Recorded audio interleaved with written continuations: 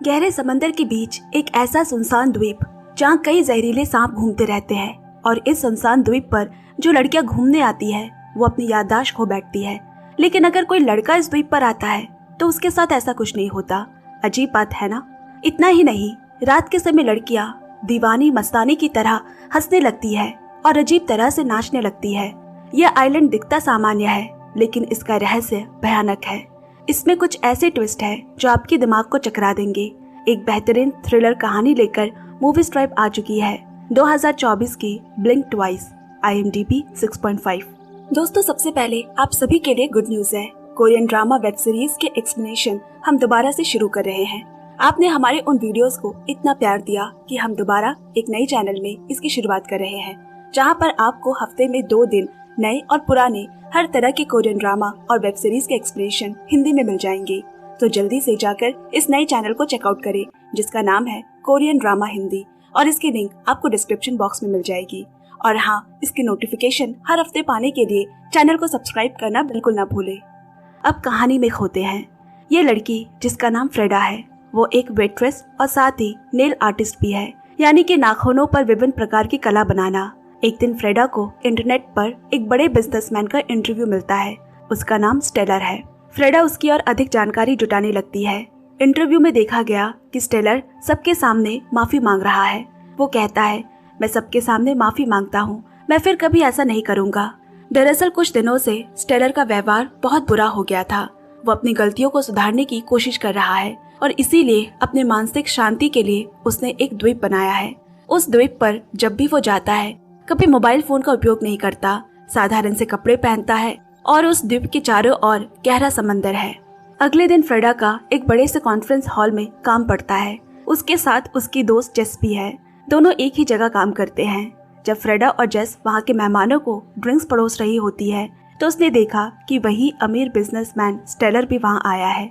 Waiter का काम खत्म होने के बाद फ्रेडा एक बार स्टेलर से बात करने जाती है, लेकिन दुर्भाग्यवश चलते चलते उसके जूते की हील टूटकर वो सबके सामने गिर पड़ी और इस वजह से स्टेलर का ध्यान भी फ्रेडा की ओर गया। वो सोच भी नहीं सकती थी कि इतना बड़ा आदमी उससे बात कर रहा है। बातचीत के दौरान उनकी जान पहचान हुई और एक समय में स्टेलर ने कहा, तुम और तुम्हारे दोस्त अगर चाहो तो मेरे प्राइवेट आइलैंड पर घूमने आ सकते हो। फ्रेडा और जेस भी इस अवसर को नहीं छोड़ती क्योंकि आखिरकार इतना अमीर बिजनेसमैन और उसका प्राइवेट आइलैंड पर घूमने का मौका, वो भी बिना कोई खर्च किए, कौन ऐसा मौका छोड़ता है भला। वो हाँ कह देती है और स्टेलर के प्राइवेट प्लेन से रवाना हो गई। कुछ ही देर में वो सपनों जैसी दुनिया में पहुंच जाती है। सचमुच बेहद खूबसूरती से सजाया गया एक आइलैंड। वहाँ छोटे छोटे घर सब स्टेलर के होते हैं। बहुत सारे पेड़ पौधे और सुंदर वातावरण है। स्टेलर का व्यवहार देखकर लगता है कि उसने भी फ्रेडा को पसंद कर लिया है। खैर, अब वहाँ स्टेलर की सेक्रेटरी सभी से अपना फोन जमा करने का अनुरोध करती है, क्योंकि मैंने पहले ही बताया था कि इस आइलैंड पर रहने का एक नियम है कि मोबाइल फोन के बिना रहना होगा। फ्रेडा को जो घर दिया जाता है उसमें वो नहाने के बाद एक परफ्यूम लगा रही होती है। तभी अचानक वहाँ एक बूढ़ी महिला उस कमरे की सफाई करने आई। महिला की नजरें कुछ अजीब है, उसका व्यवहार भी अजीब है और फ्रेडा को देखकर वो बार बार एक ही शब्द दोहरा रही है, रेड रैबिट। फ्रेडा हैरान है कि बूढ़ी महिला बार बार ये शब्द क्यों दोहरा रही है, लेकिन समझने से पहले ही वो महिला वहाँ से चली गई। कुछ समय बाद फ्रेडा बाहर आती है। उसका बगल वाला कमरा ही उसकी दोस्त जेस का है। अब देखा गया कि इस आइलैंड पर केवल वो दोनों ही नहीं बल्कि 5 और लड़कियां भी हैं अपने बॉयफ्रेंड्स के साथ। अजीब बात यह है कि उन सभी लड़कियों की पोशाकें एक जैसी है।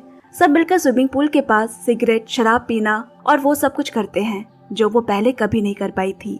थोड़ी देर बाद जब स्टेलर और फ्रेडा बात करते करते गार्डन में घूम रहे थे तो देखा कि वहाँ के कर्मचारी सांप पकड़ रहे हैं और उन्हें मार दे रहे हैं। फ्रेडा ने पूछा, इन सांपों को मारा क्यों जा रहा है?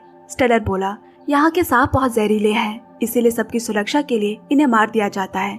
स्टेलर ये कहता तो है, लेकिन इन जहरीले सांपों को पकड़कर मारने का एक और कारण भी था। फिर फ्रेडा ने स्टेलर से पूछा, तुम यहाँ किस मानसिक चिकित्सा के लिए आ रहे हो?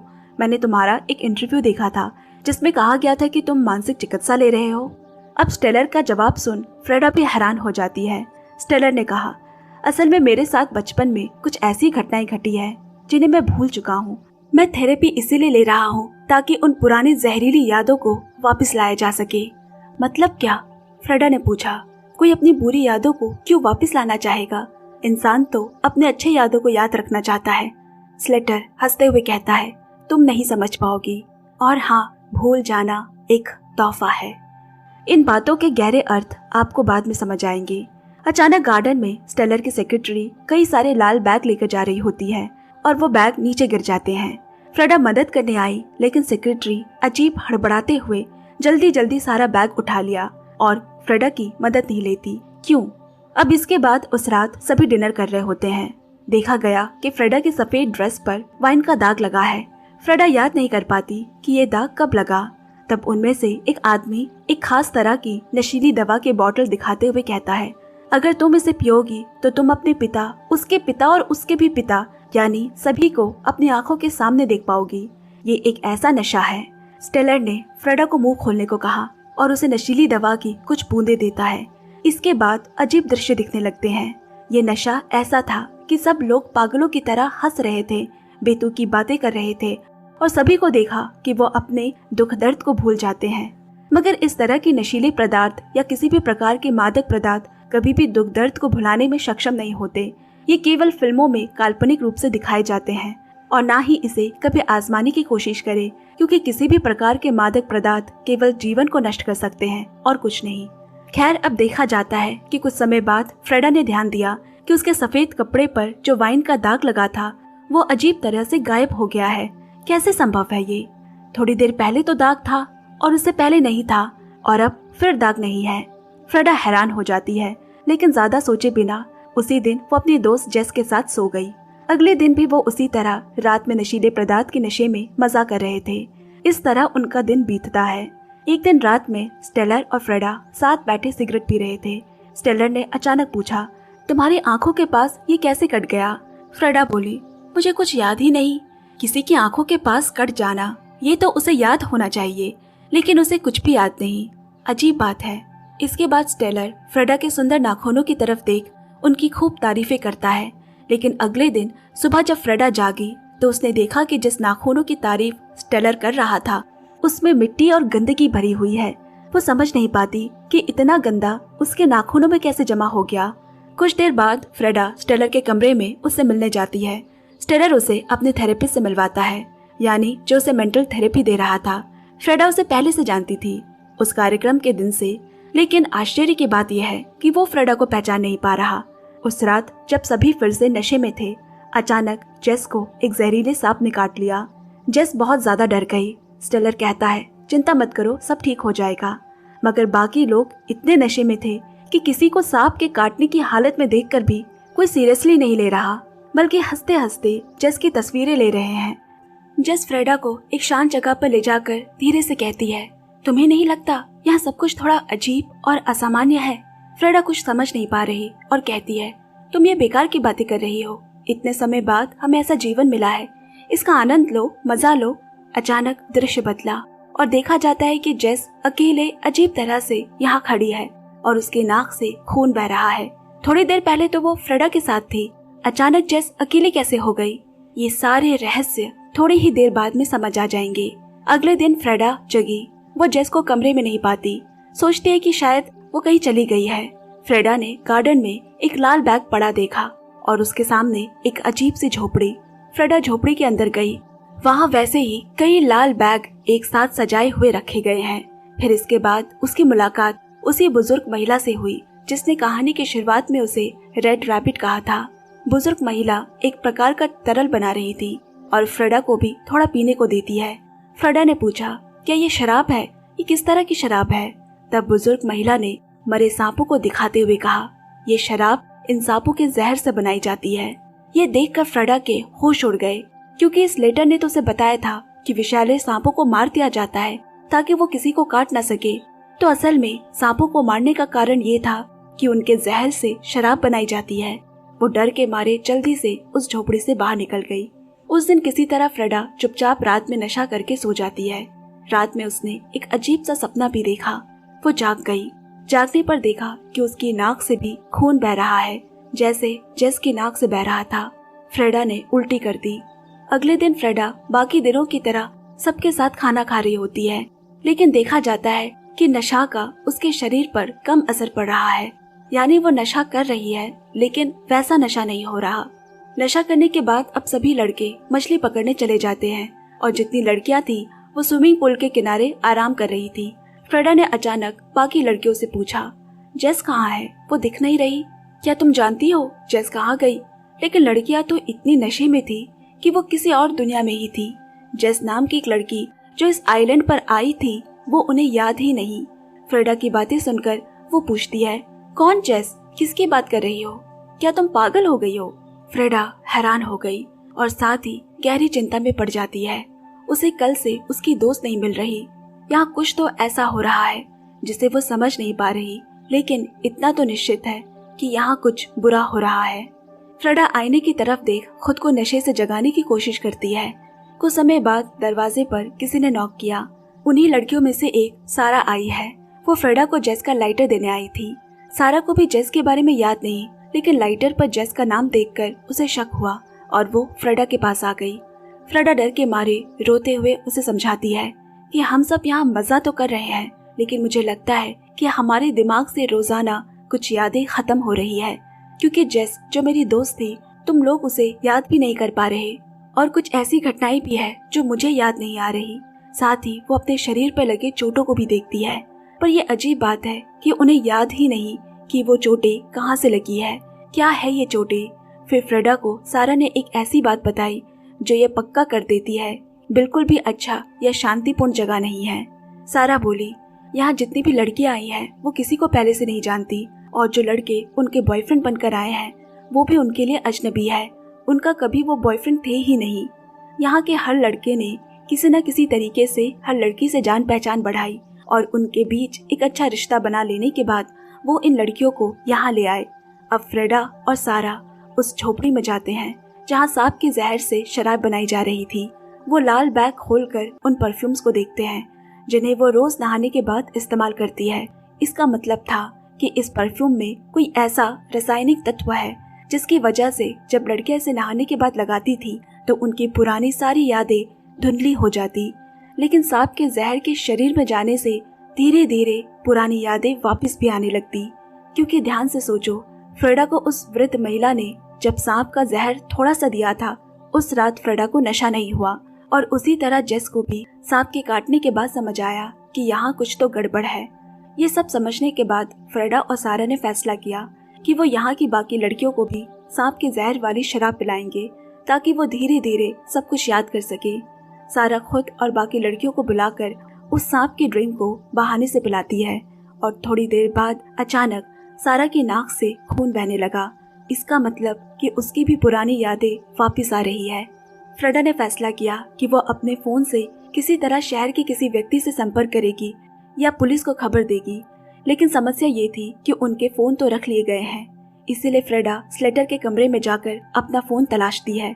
उसने सारा से बोल रखा था कि अगर कोई इस कमरे की ओर आया तो ऐसा बर्ताव करना कि लगे कि तुम नशे में हो और जोर जोर से चिल्लाना ताकि मैं समझ सकूं कि कोई आ गया है।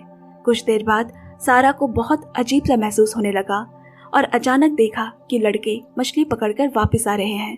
वो किसी तरह नशे में होने का नाटक कर जोर जोर से चिल्लाने लगती है ताकि फ्रेडा जल्दी वापस आ सके।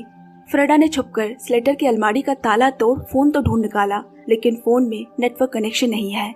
इतना ही नहीं, फ्रेडा को वहाँ कई तस्वीरें भी मिली। तस्वीरें में देखा कि यहाँ जो भी लड़के हैं सभी ने उस लाल बैग वाले परफ्यूम को पकड़ा है।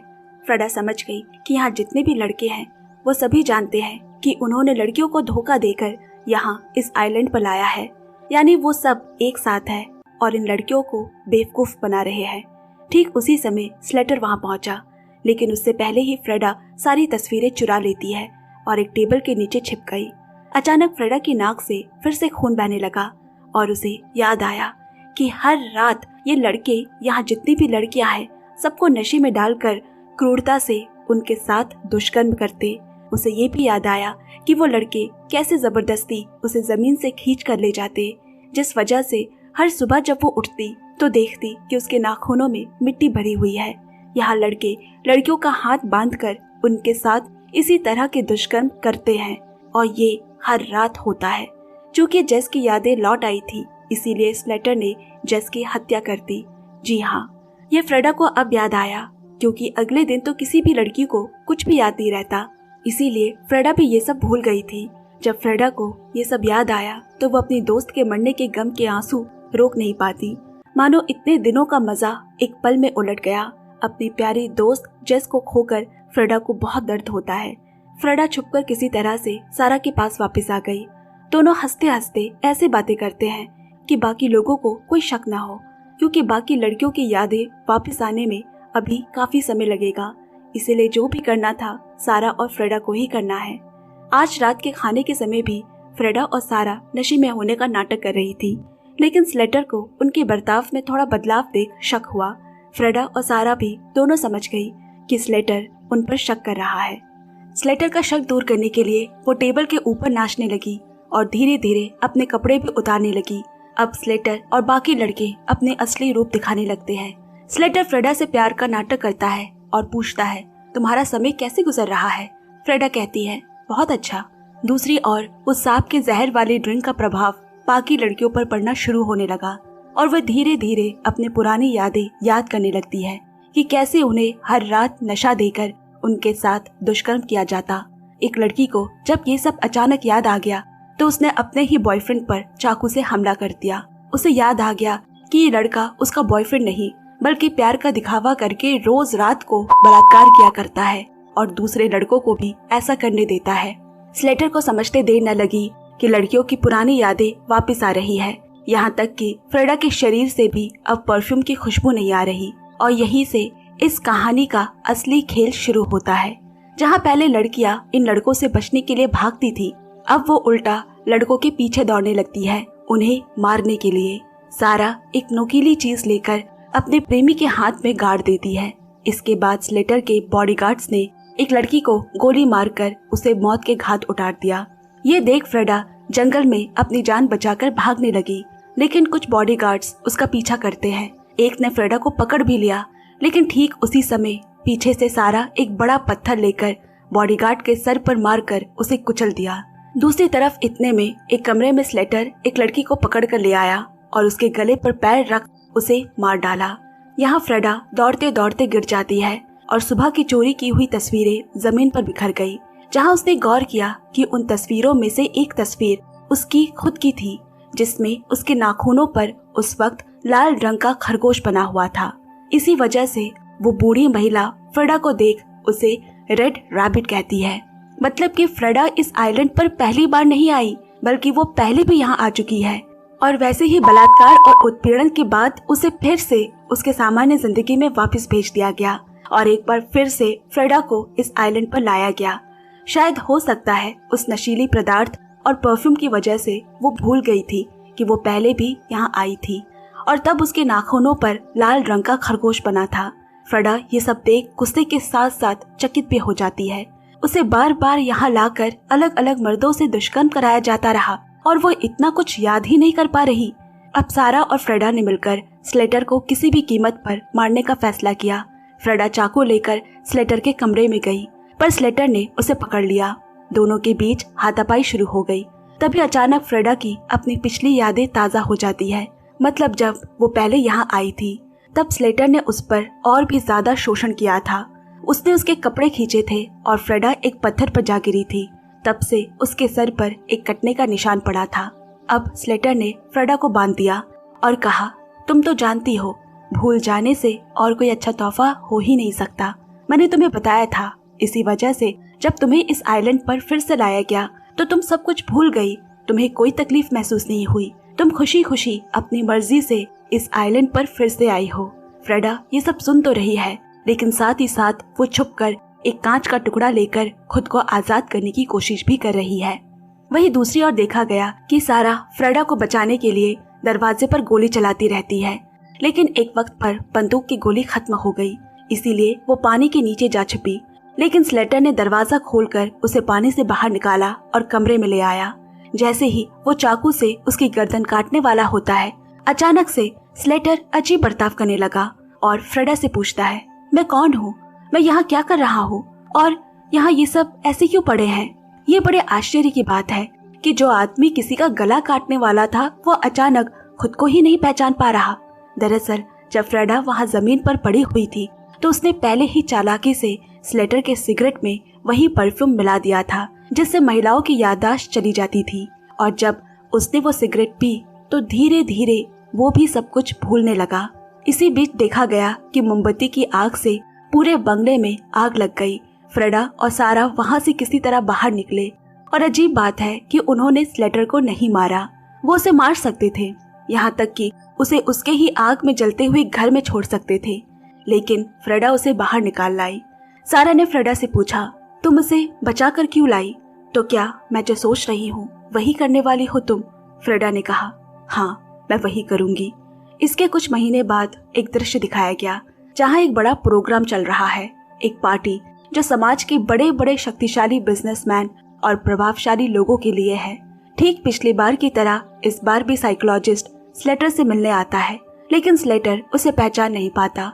और फिर देखा गया स्लेटर की पत्नी को, जो कोई और नहीं बल्कि फ्रेडा ही होती है। स्लेटर सब कुछ भूल चुका था, केवल अपनी पत्नी फ्रेडा की बात मानता। जो भी फ्रेडा कहती स्लेटर वही करता। फ्रेडा उस साइकोलॉजिस्ट को उसके काम से निकाल देती है। वो नहीं चाहती कि स्लेटर की और कोई मानसिक इलाज चले।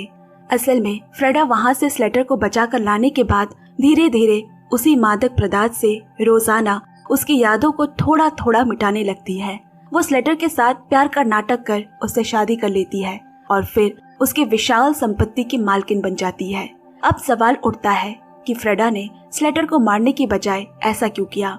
असल बात यह है कि फ्रेडा ने साफ समझ लिया था कि उसे हर साल उस आइलैंड पर लाया गया और उसकी तरह कई लड़कियों को भी वहां ले जाया जाता है। उन लड़कियों को हर रात अलग अलग मर्द अपनी प्यास बुझाते और ये विषैली यादें उन्हें अगली जिंदगी भर साथ लेनी पड़ती। स्लेटर ने उससे और बाकी लड़कियों के साथ जो अत्याचार किया था, सिर्फ उसे मार देने भर से उसका बदला पूरा नहीं होगा। सबसे बड़ा बदला तो यही है कि स्लेटर जब तक जिंदा रहेगा वो अपनी यादों से वंचित रहेगा। फ्रेडा के कहने पर चलेगा, उसके कहने पर बैठेगा और साथ ही उसकी विशाल संपत्ति फ्रेडा के नाम हो जाएगी, क्योंकि स्लेटर अब जीवित लाश के सिवा कुछ नहीं था। उसकी कोई भी याददाश्त बची नहीं थी। उसके दिमाग में सिर्फ एक चीज थी, एक याद कि फ्रेडा उसकी पत्नी है। बेईमान स्लेटर जब तक जिंदा रहेगा फ्रेडा उसे इसी तरह सजा देती रहेगी और फ्रेडा अब से अपना आरामदायक जीवन स्लेटर के अपार संपत्ति के साथ शुरू करेगी। इसी के साथ ये कहानी भी यही समाप्त होती है। धन्यवाद दोस्तों। तो आज की कहानी बिल्कुल ही अनोखी थी। कैसी लगी कमेंट्स करके जरूर बताना। वीडियो अच्छी लगी हो तो पक्के से लाइक करें और दोस्तों के साथ शेयर करना ना भूलें। फिर मिलती हूँ अगली कहानी के साथ। तब तक बाय बाय फ्रेंड्स।